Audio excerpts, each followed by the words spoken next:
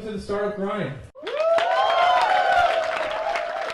So I'm the CEO of Corent Technology. I didn't start it, but I joined them in early 2000s. And the idea of Corent was to build the software equivalent of what Intel built for hardware. Before Intel, every computer company used to design their own chipset, hardware, operating system, application, software, and everything called vertical integration. And Intel came and said, look, let us build the processor, the CPU, the chip, and you guys build the rest. So from vertical integration, we went to horizontal integration, value chain. Different people provided different chains of value. So with Corent, we said, can we build the core of the modern software enterprise? And that's what Corent stands for, core enterprise, the core of a modern software built based on the Intel Inside business model. And what influenced you to choose your career path? So you mean leaving the corporate world and become a startup guy? Right. All right. So from the beginning, I had some inclination for entrepreneurship, for leadership. Even when I was at HP, when I left after 14 years and for the first time had to build a resume, I figured out that every 2 years I had changed jobs. And most of it was by choice.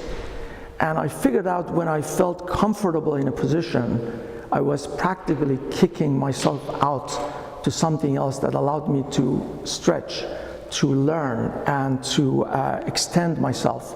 So when it comes after 14 years, and I felt pretty comfortable doing different things, and I said, okay, it's time to graduate. So I declared myself a graduate of the big corporate world and took a 50% cut in pay and voluntarily left HP and joined a few people that they were building a startup in Silicon Valley. When Steve Jobs passed away, a week later, I had the privilege of giving a talk at the IBM Innovation Center in Silicon Valley.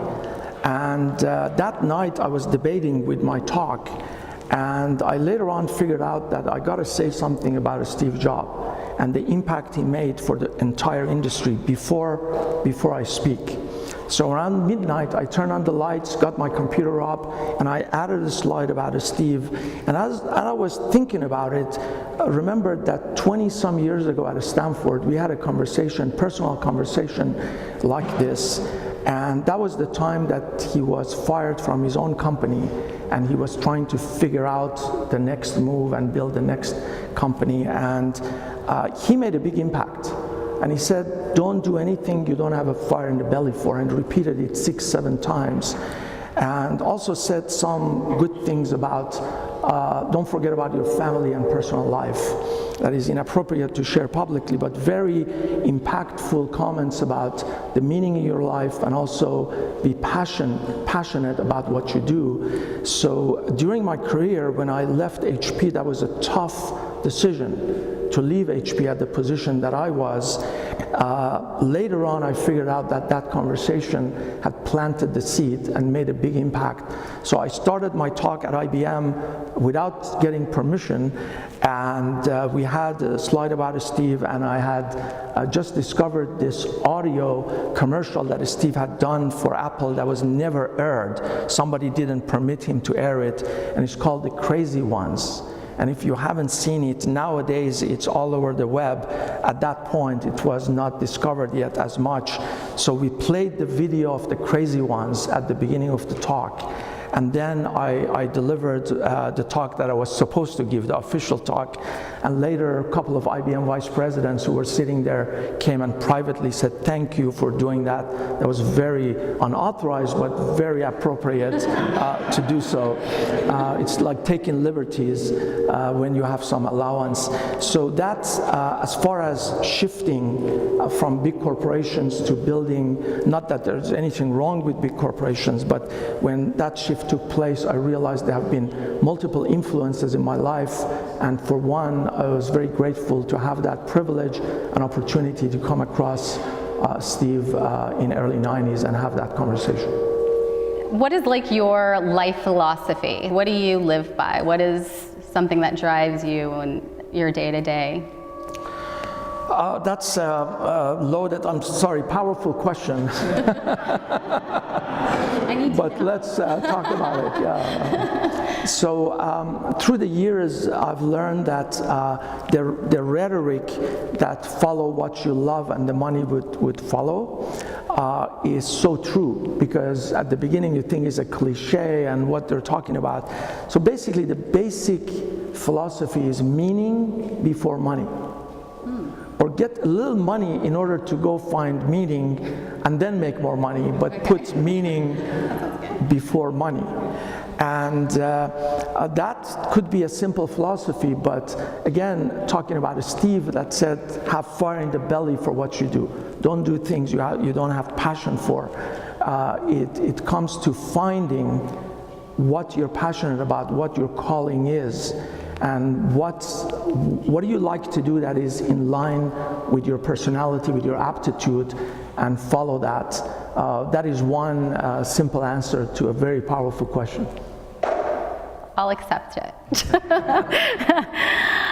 During your experiences at HP, you were all around the world, all over the globe. One of the things that you shared with me is how you build your alliances and your relationships, and I really think that it would be important to share that with everyone, because I was really fascinated by listening to you talk about how you do that, or how you did that. So I had the privilege of, I call myself the industrial ambassador to the world, and going and building relationship between different industrial complexes and multi-billion-dollar corporation. I regarded it as a phenomenal opportunity, and also it was in line with my personality, because not only I was a technologist, but I loved people and building relationship with people. So it was a very much aligned work with my personality. That's why I felt I was good at it. And Harvard Business Review sent someone to interview me. I mean, how do you do these multi-billion-dollar alliances? Is there any secret there? And it was tough to answer it. When I was thinking about it, I realized the philosophy is very, very simple. And it's about the corporations are not for real. They're buildings, they're logos. And what makes the corporation real are the people within those corporations. So when you're building an alliance between two corporations, it's really an alliance between two people or two groups of people. So instead of focusing on a big logo and a big stock symbol, I focused on the individual on the other side. I said, well, you're an individual, you're a father, you're a son, you're a brother, you are an employee, you are a husband or wife or so on. How can I help you be successful? And if they were more in tune with that philosophy, they would, I would jokingly say, retaliate and say, Feyzi, how can we be helpful to you? And if our corporations have done their job right, the personal interest would be in line and aligned with the corporate interest. So by helping the individual, you're helping the corporation.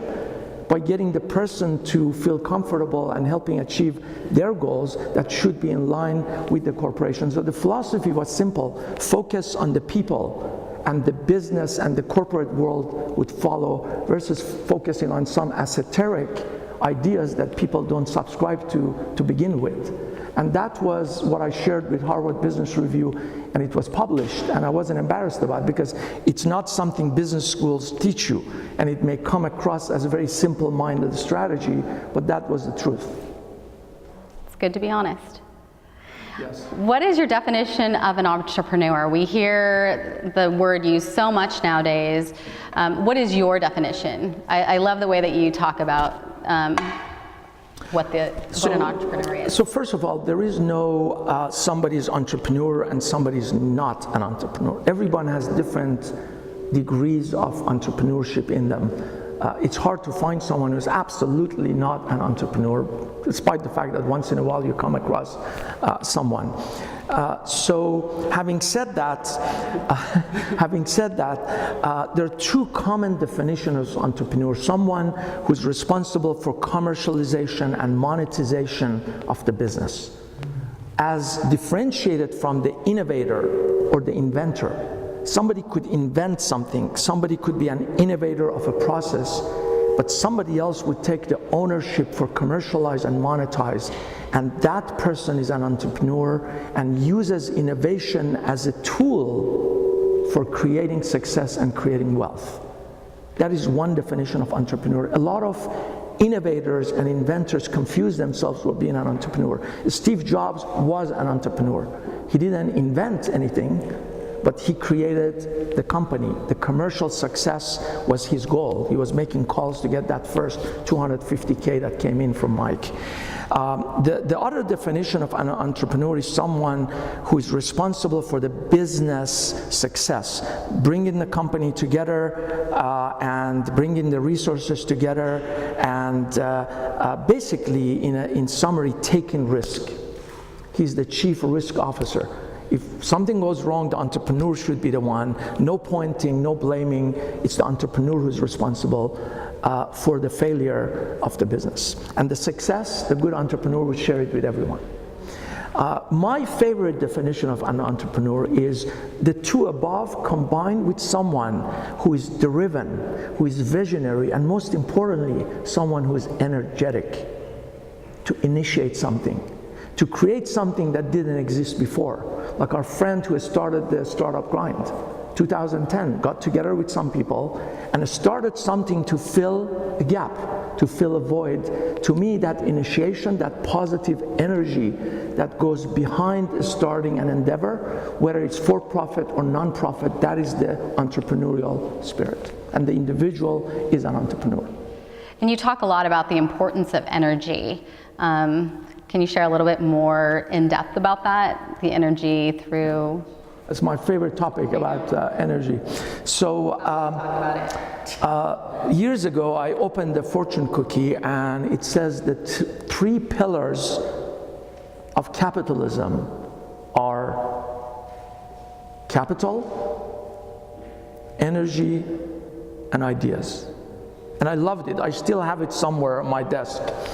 And the way I interpreted, and I mentioned it to a few people, and they said, yeah, we need oil, we need nuclear, we need all form of solar, my favorite kind of energy. But I interpreted it, the capitalism that we enjoy in the free world needs capital, needs ideas, but I interpret the energy as the human, positive, can-do energy. So from that perspective, the basis for building capitalism, the free economy, the entrepreneurial spirits, Steve Jobs' energy, it's that personal energy that doesn't take no for an answer, that drive through failure and make something that sometimes again and again and again fails, Thomas Edison, a success. And to me, that is the way I look at energy. And my friend and my esteemed friend and my executive coach, Marshall Goldsmith, is a bestseller author, and he did a lot of work with Peter Drucker. He co-authored a lot of books with him. He has a recent bestseller called Mojo. By the way, his previous bestseller, great book, What Got You Here Won't Get You There. Read that book. It's 20 things you should avoid doing as an executive. And I am so grateful for his teachings and coachings. But the book Mojo, it's about that personal positive energy that starts from within and it radiates to the outside from an individual. So that individual positive energy for me is the driving force behind a lot of great things that happen in our society and in our industry. What is something that you think is a must-do item for an entrepreneur, a CEO, a leader? We talked a little bit about that. So something I discovered later in my career that if I had discovered sooner, like many other things, I would have been more successful, was the fact that each entrepreneur, each CEO, or each leader needs a personal, trusted advisory board. People that would compliment you, not tell you, good for you, you're great, you're fantastic, you're awesome and amazing. Somebody says, you know, Omi, let's come here, let me talk about something.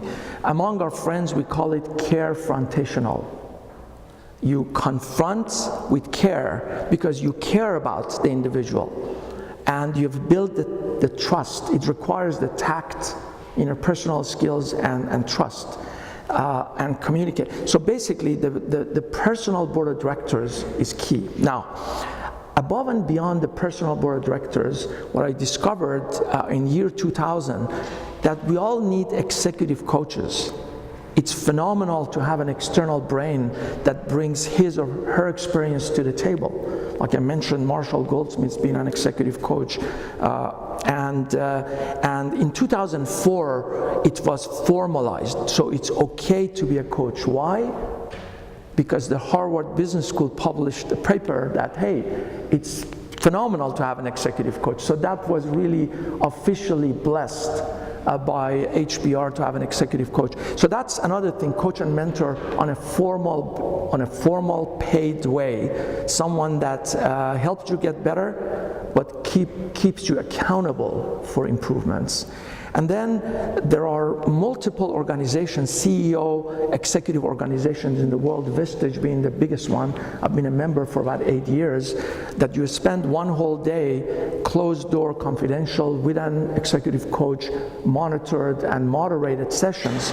So executives of very different persuasions, different industries, etc., get together and keep each other accountable and share their experiences. So those, the whole coaching and mentoring and being in that mind frequency of constantly learning and improving would be something that I absolutely strongly recommend to CEOs, especially to entrepreneurial CEOs. Because you're continually learning. You still have a mentor too, correct? Yes. Or several mentors? Yes, multiple. I'm a member of 3 CEO groups, by the way. And on a monthly basis, we have meetings, one of them full day, one of them, half day. And I know people who spend more time in their CEO groups, which for very busy people who are running 7, 8 companies, etc., you say, where do you get the time to do it? And the answer is you cannot afford not to do it. So that's basically the part of having a philosophy of constantly learning, constantly growing, and constantly getting better at what you do, mastering the art of what you do as a commitment to your profession, to your job. Can you share something that's worked really well for you that you think that entrepreneurs could learn from? Yes. Another thing besides having coaches and mentors and being members of executive membership teams was when I was at HP, a friend of mine, she was telling me, Feyzi, you got to join Toastmasters, you got to join Toastmasters. And I wasn't sure what it is, and always you procrastinate and put someone aside. Years later, mid-90s, I joined the Toastmaster, and that was really a phenomenal organization. I contribute a lot of my successes as an entrepreneur to my MBA that I did in a part-time basis to learn and absorb and integrate the learnings into my work and to my Toastmaster career, and not necessarily in that order. And Toastmasters, for those of you who don't know, is a global membership organization around the world. It has membership in 122 countries. I didn't know there are so many countries in the world. Maybe after the Soviet Union fell apart, there are now, so many countries, but over 300,000 members. And this organization is a communications and leadership organization. And the thing that you may not know, how many of you know where it started, where Toastmasters started? Okay, where? Right here. Right here. Toastmasters started at the YMCA in Santa Ana exactly 90 years ago. And now it's an organization that is in 122 countries, 300,000 members, and that is the most, probably there are about 50 chapters within Jog and Distance here, and a lot of leaders get trained in Toastmasters.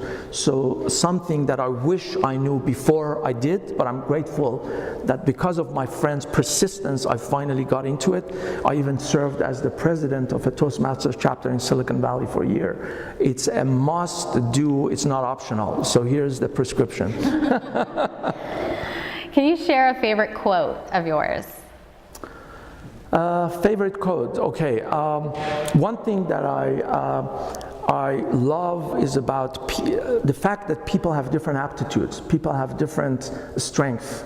Peter Drucker said the essence of management is discovering people's strength and making their weakness irrelevant as the essence of management. So my favorite quote is, it's not how smart you are, it is how you're smart.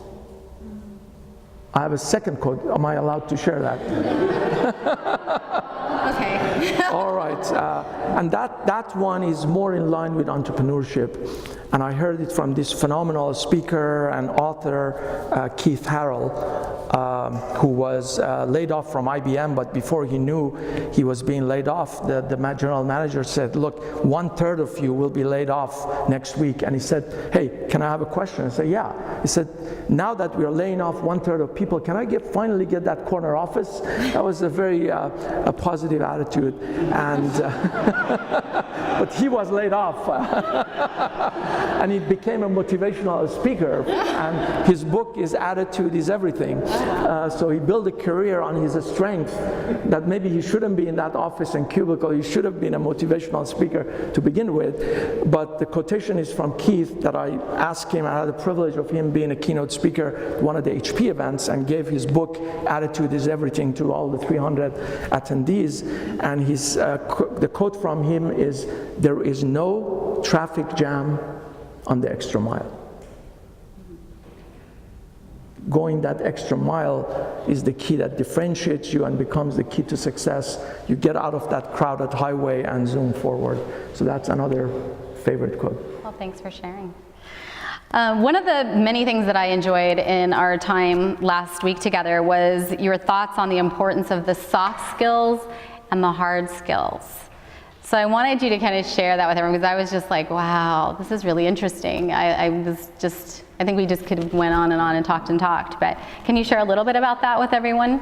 Would be happy to. So a lot of people focus on hard skills, specific knowledge that you can pass a certification test and you pass and get your degree and put it on the wall and so on, which are all good, by the way.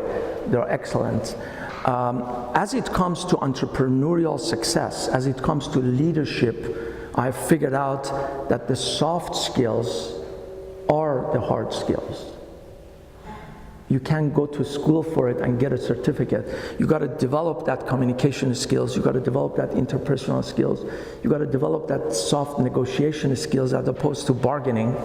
You got to develop the conflict resolution skills. A lot of skills, public speaking skills, a lot of skills that you don't get a certificate for, but those are the delta. Those are the difference between an ineffective leader and an effective leader. So in my mind, the schools, the educational schools, not only responsible to teach the hard skills, but also there should be an incubation for people to develop the soft skills. When there's a project, when there's teamwork, when you got to go to your professor and ask for an extension, these are all going to school to develop those soft skills. And unfortunately, no one tests that, measure it, and give people a grade on their soft skills. The results are clear in life, that once somebody hits a ceiling and somebody else keeps going up. And that's why they call Marshall Goldsmith to come and coach, and the 20 things you're not supposed to do, which are all soft skills, and so on. So in my mind, learning the soft skills, beyond learning the hard skills, is the key to greater success. Instead of having a good life, having a great life. And our last question for tonight is, how do you define success? What is your definition? Through the years, I've developed a simple definition for success. A lot of people talk about success and have different criteria, usually how much money you have in your bank account. Once I had an undesirable grade, not to be mentioned what it was, in college, and I went to my professor. I said, look, this grade is unacceptable and I want to take the test again, and I fell asleep at the final. And he kept looking, and I did, by the way. I studied so hard that I fell asleep. So he looked at me and until I finished my lecture and pitch, and he said, Feyzi, I got an F in life. Divorced 2 times, my daughter doesn't talk to me, etc., etc., etc. You went through the whole thing, and you're here complaining about a bad grade? And I was so energized, I was so happy. So I went on campus walking, and a friend of mine saw me. He said, why are you so happy? I said, hey, I tell you the grade, I have an F. And he said, why are you so happy? And I said, because I didn't get an F in life, and I can go and take the place. So that's how you can get an F and be so happy. So I've developed a simple philosophy for success. And that is, you're successful if you like who you are, if you like what you do, and if you like how you do it. How's that for a definition of success? That just makes the whole interview worth listening to. Thank you. You're amazing. So what did you guys think about Feyzi, right?